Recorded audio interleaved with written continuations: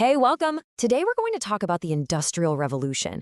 This is that moment in history that just slammed the accelerator on human progress. It literally took us from a world of farms and villages to the fast-paced global society we all live in today. So, let's dive in.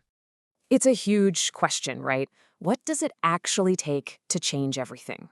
Well, it wasn't just one thing, one single event, or some lone genius. It was more like a perfect storm of changes that all came together in one specific place. And believe it or not, it all started with something as simple as making clothes. For hundreds of years, making cloth was a small-scale deal. A cottage industry, they called it, basically run from people's homes. But around the mid-1700s, some British merchants started thinking bigger, a lot bigger.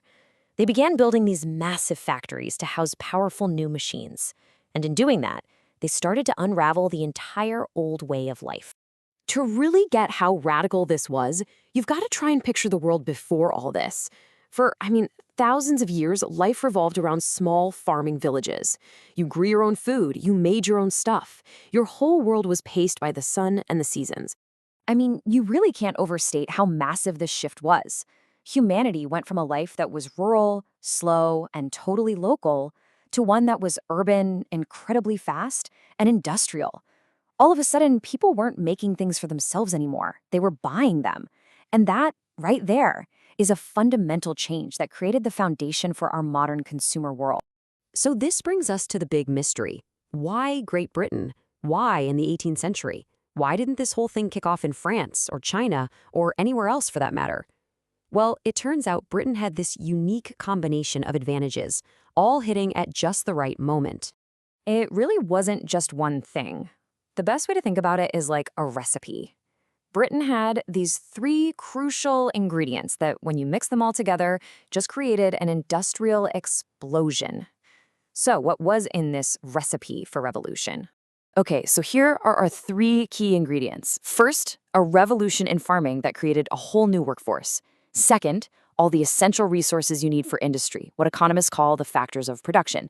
And third, of course, a series of absolutely game-changing inventions. All right, first up, agriculture. New farming techniques started popping up that made farming way more efficient. More food meant a bigger population, which is great, but it also meant you needed fewer people to actually work the land. So, where did all those people go? They packed up and moved to the cities, creating this massive new labor force just waiting for jobs in the factories. And this is where Britain was just perfectly positioned. It had the land, with huge amounts of coal and iron just sitting there ready to build and power the machines. It had the labor, that growing urban population ready to work. And it had the capital, a really sophisticated banking system that was eager to loan out money to fund these brand new ventures. So, with the people, the money, and the resources all in place, the only thing missing was the spark of innovation. And boy, did that spark come. It came in the form of these incredible new machines, starting, you guessed it, right back in the textile industry. And this was like an incredible domino effect of innovation. First, the flying shuttle makes weaving super fast. But then, boom, you have a bottleneck, not enough thread. So inventors create the spinning jenny and the water frame to speed up spinning. But then, boom, another bottleneck, now you've got way too much thread.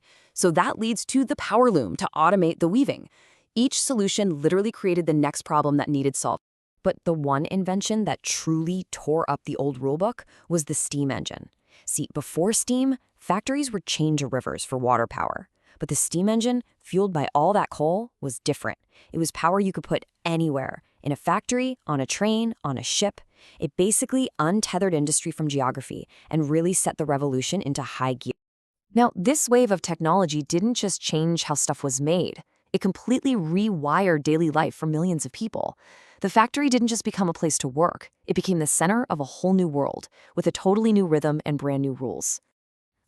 Let's just put this side by side, because the difference is night and day. Before, in the cottage industry, you worked from home with your family at your own pace. The factory system? The complete opposite. You worked in a massive building, you were surrounded by strangers, and your entire day was dictated by the relentless, grinding pace of the machine. And yeah, let's be honest, this new way of life could be absolutely brutal. Workers, and that includes young children, faced incredibly long hours. We're talking up to 16 hours a day. The factories themselves were often filthy, poorly ventilated, and just plain dangerous. There were zero safety regulations, and accidents were tragically common. All this hardship is what eventually sparked the rise of labor movements, fighting for better conditions. Of course, a revolution this big wasn't going to stay put in Britain. The ideas and the technology spread across Europe, then to the United States, and eventually the entire world, creating the global economic system that we all live in right now. Its effects are literally all around us. This wasn't just some moment in history, it was the birth of the modern era. It's the reason we have our sprawling cities, our capitalist economy, and our global supply chains. But it also created new social divisions and introduced environmental challenges on a scale humanity had never seen before, legacies we are absolutely still grappling with today. So ultimately, this whole revolution was about so much more than just machines and factories. It reshaped families, it reshaped societies, and it reshaped our relationship with the planet itself. It's the moment that put human history on the fast track it's still on today. And that kind of leaves us with a final thought.